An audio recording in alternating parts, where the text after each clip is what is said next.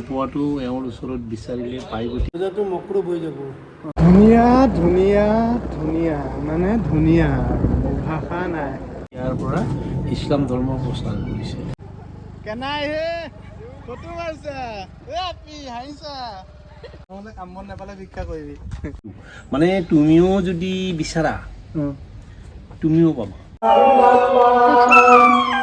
আজি যদি বিচাৰি যায় নহয় কামটো হৈ থাকে।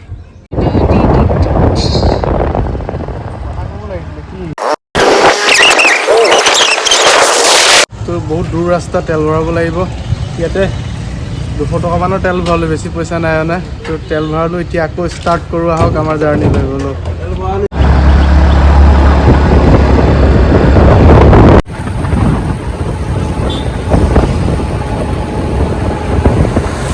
এই ভাগ বহুত মান্য মন্দিৰ। তো দেখিলোঁ যেতিয়া এপাক নোসোমাই নোৱাৰিলোঁ। তো আপোনালোকেও যদি এইফালে আহে ইয়াত এপাক সোমাই যাব। গণেশ বাবাৰ বহুত মান্য মন্দিৰ, বহুত পৌৰাণিক কালৰ মানে। ইয়াত বহুত আপোনাৰ মানে ডাঙৰ ডাঙৰ ৰহস্য জড়িত হৈ আছে আৰু বহুত মানুহ আহে ইয়াত মানে দৰ্শন কৰিবলৈ।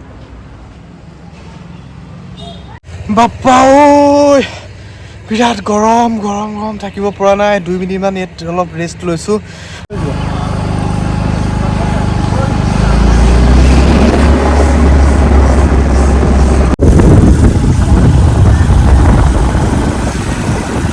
এইখন বাছ দেখিছে, ইয়াতে মানে দূৰৰ পৰা নিশ্চয় মানুহ আহিছে চাগে পুৰামক্কা চাম বুলি।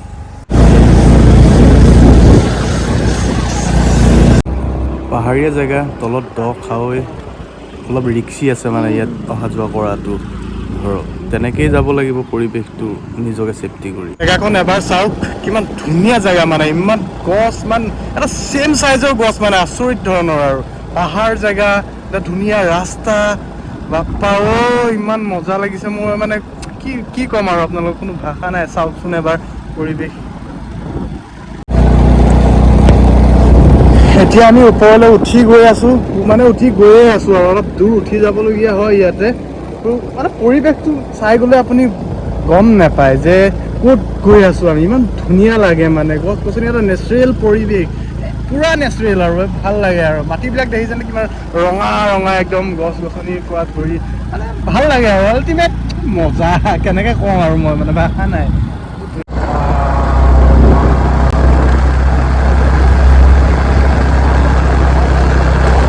ধুনীয়া ধুনীয়া ধুনীয়া মানে ধুনীয়া ভাষা নাই। এইটো তালে দেখিছে ফটো মৰামৰি চলি আছে, জেগা এনেই ধুনীয়া, তাতে ফটো মৰামৰি। কেনাই কেনাই হে ফটো মাৰছা এ আপি হাঁহিছা বাপে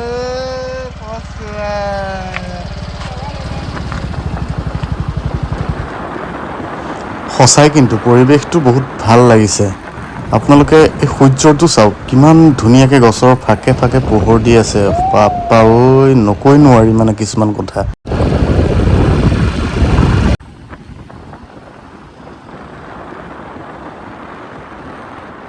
এইটো গুহা দেখিছে, ইয়াৰ ভিতৰেদি আপোনালোকে সোমাই যোৱা সৰু ৰাস্তা এটা মই দেখিছোঁ।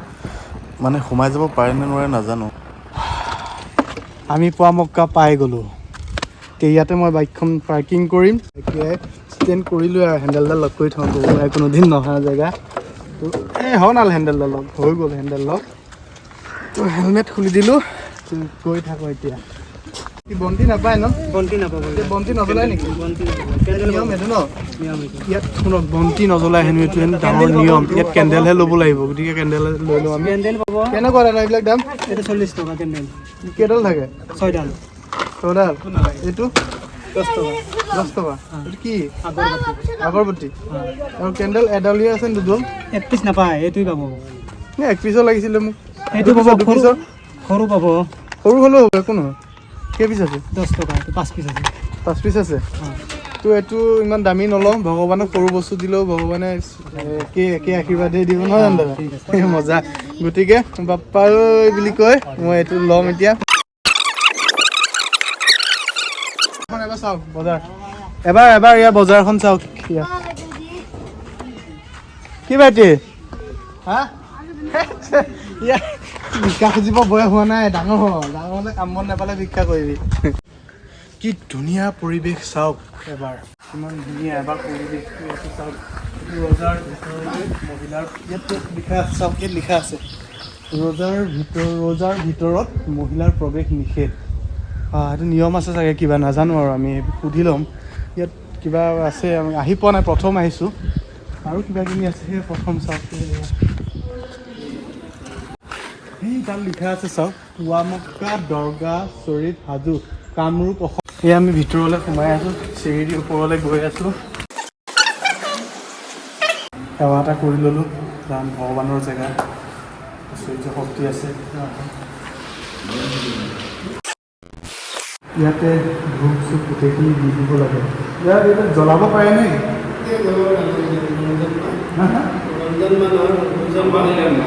ৰমজান মাহ কাৰণে জ্বলাবলৈ ইয়াত নিদিয়ে এইটো নিয়ম নীতি আছে বাকীবিলাকত পাৰে ন বাকীবিলাক মাহত তেখেতে পাৰে বুলি কৈছে কি ৰমজান মাহত কিয় জ্বলাব নিদিয়ে সেইটো নাজানো আৰু কিয় জ্বলাব নিদিয়ে ৰমজান মাহৰ মানে আমাৰ ৰোজা আছে নহয় ৰোজাটো মকৰুব হৈ যাব মকৰুব মানে আমাৰ ৰোজাটো এনেই যাব দিনটো এই মমবাতি জ্বলাই দিলে মানে ৰোজাটো পালন কৰাৰ কাৰণে কামেই নাথাকিব মানে মিছা হ'ব সেইটো কাৰণে মমবাতি জ্বলাবলৈ নিদিয়ে তেতিয়া নজ্বলাও আমি ইয়াতে দি দিম ভগৱান বুলি আগবঢ়াই দিম আৰু ইমানেই আৰু আমি সেৱা চেৱা কৰি লওঁ আহক এতিয়া অকণমান দি আমি সেৱা চেৱা কৰোঁ আৰু এই জেগাডোখৰ দেখিছে এই জেগাডোখৰেই হ'ল যিজনে ইয়ালৈ মাটি অনাইছিল তেখেতৰ কবৰস্থান এই ফলকখনত দেখিছে হজৰত শ্বাহ চুলতান গিয়াছুদ্দিন চাহেব তেখেতেই মানে এপোৱা মাটি আনি পেলাই মক্কাৰ পৰা ইয়াত মানে স্থাপন কৰিছিলে সেই স্থাপন কৰাৰ পিছৰে পৰা এই নামখিনি জনা যায় পুৱা মক্কা আৰু আপোনালোকে কিতাপতো পঢ়িছে চাগে গতিকে আজি মই নিজ চকুৰে আপোনালোকক দেখাইছোঁ এই নাম এই ইয়াত ফলকখনত লিখা যিজনৰ নাম সেইজনেই মানে আনি পেলাই ইয়াত স্থাপন কৰা মানে গম পাইছোঁ এই ফলকখনৰ পৰা আৰু ইয়াতে লিখা আছে বুলি কৈছে আপোনালোকক মই এই লিখাখিনিনো কেনেকৈ আছে দেখামচোন মই আপোনালোকক ইয়াতে লিখা আছে গোটেইখিনি পুৱা মক্কাৰ বিষয়ে মানুহজনে কৈছিলে মোক মানুহ এজনে তো চাওকচোন ইংৰাজীত লিখা আছে ইয়াত গোটেই পঢ়িম বুলি যদি ভাবিছে স্ক্ৰীনশ্বট এটা মাৰি ল'ব ভাল হ'ব পঢ়িব পাৰিব এইফালে ভিতৰত এনেধৰণে কৰে চাওক এই ভিতৰৰ ভাগ একেলগে পূৰা নিয়ম নীতিমতে সেৱা কৰি আছে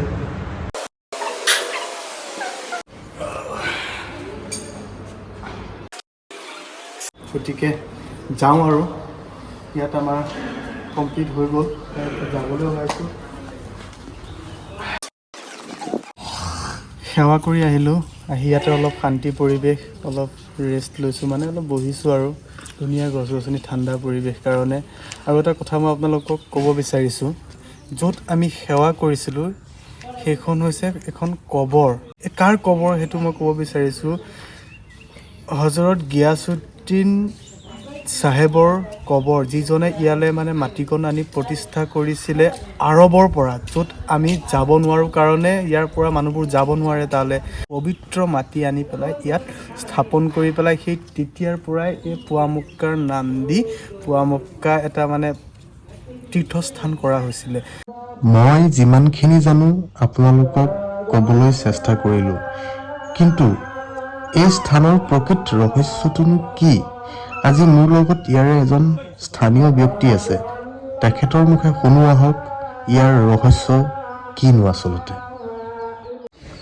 নোপোৱাটো এওঁৰ ওচৰত বিচাৰিলে পাই গতিকেই পোৱা মক্কা এইটো মক্কাৰ পৰা 1 পোৱা মাটি আনিছিলে কালু আৰু গাজীয়ে আনি ইয়াত থৈছিলে আৰু থৈ পেলাই ইয়াৰ পৰা মানে অসমত ইছলাম ধৰ্ম প্ৰচাৰ কৰিছিলে ইয়াৰ পৰাই যিমানখিনি অসমত ইছলাম মছজিদ আছে ইয়াৰ পৰাই উৎপত্তি হৈছে আৰু ইয়াত আমাৰ বিভিন্ন জাতৰ মানুহ আহে হিন্দুৱে হওক বা মুছলমানে হওক ইয়াত কোনো ধৰণৰ ভেদভাৱ নাই এইটো সমন্বয় জেগা ইয়াত মানে কোনো ধৰণৰ ভেদাভেদ নাই চবো আহিব পাৰে আৰু কোনোবাই যদি তেওঁৰ ওচৰত মান্তি কৰে মান্তিটো পুৰা হয় আৰু মান্তি পুৰা হয় মানে পুৰা আপোনালোকৰ পুৰা অতীজৰ পৰা চলি অহা বিশ্বাস নিশ্চয়। আৰু ই তাত যে আমি যে সেৱা যে য'ত কৰিছিলোঁ সমাধি সমাধি। মানে তেওঁৰ নাম হ'ল হজৰত শ্বাহ চুলতান গিয়াছুদ্দিন আউলিয়া ৰহমাতুল্লাহ। তেওঁ মানে তাত তেওঁক মানে কবৰ দিয়া হৈছিলে, এইটো তেওঁৰ সমাধি। তেখেতে মাতি আনিছিলে নেকি ইয়ালৈ? তেখেতে তাৰমানে আনিব দিছিলে, মাটি অনাৰ পিছত ইয়াত মছজিদটো বনাইছে, মছজিদটো বনোৱাৰ পিছত তেওঁ আহিছে, আহি ইয়াৰ পৰা ইছলাম ধৰ্ম প্ৰচাৰ কৰিছে। তেখেত কিমান দিন থাকিলে এনেই তাৰ? ইয়াত আপোনাৰ 20 বছৰ কাল মানে ইয়াত আছিলে। 20 বছৰ ইয়াতে। এইটো চুকাফাৰ দিনত। এইটো যে আপোনালোকৰ ইয়াত যিটো নক্সা বনোৱা, যিটো আৰবত আপোনালোকৰ প্ৰধান যিটো মন্দিৰ আছে, মছজিদ আছে, একেই চিষ্টেমত আছেনে নে বেলেগ? সেইটো আমি দেখা নাই বাৰু। নহয়, মছজিদ বুলি এটাই থাকে ন? এটাই থাকে মছজিদ, মানে উপাসনা ঘৰ উপাসনা ঘৰ এটাই থাকে। কিন্তু এওঁৰ ওচৰত মানে ধৰি লওক এইটো অসমৰ প্ৰথম মছজিদ। আগতে অসমত মছজিদ নাছিলে। আজিৰ পৰা মানে মোটামুটি 200 বছৰ আগত ৰুদ্ৰসিংহৰ দিনত আমি কিন্তু কনভাৰ্টেড মানুহ। ৰুদ্ৰসিংহৰ দিনৰ নেকি? ৰুদ্ৰসিংহৰ দিনত। ৰুদ্ৰসিংহৰ দিনৰে মছজিদ। চাওক কিমান দিন হ'ল, কিমান হাজাৰ, বহুত দিন। এই ইয়াৰ মানে হেৰি আছে, এটা মানে হেৰি আছে, আপুনি যি বিচাৰে ওচৰত পাব। আজি যদি বিচাৰি যায় নহয়, কামটো হৈ থাকে। সেইটো পুৰা বিশ্বাস একদম 100% আপোনালোকৰ মানুহ বেছি কামাই লৈ যায়। এনেকুৱা প্ৰবাদ মোৰ হাতত আছে। মই থাকিলোঁ ইয়াত 25 বছৰ। 25 বছৰ আপুনি ইয়াতে আছে? 25 বছৰ ইয়াত থাকিলোঁ। এটা এনেকুৱা সুন্দৰ চেহেৰাৰ পৰা ইয়াত আছোঁ। বহুত ভাল কথা কৈছে। আমাৰ হিন্দু মানুহবিলাক ইয়াত বহুত আহে ন? আপোনাক কি বুলি কওঁ,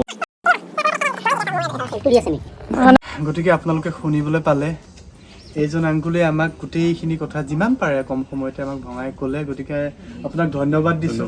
ধন্যবাদ দিছোঁ মোৰ ফালৰ পৰা। হয়, ইমানখিনি কোৱাৰ বাবে। গতিকে আকৌ আহিম, আপোনাৰ ওচৰলৈ বহুত কথা জানিবলগীয়া আছে।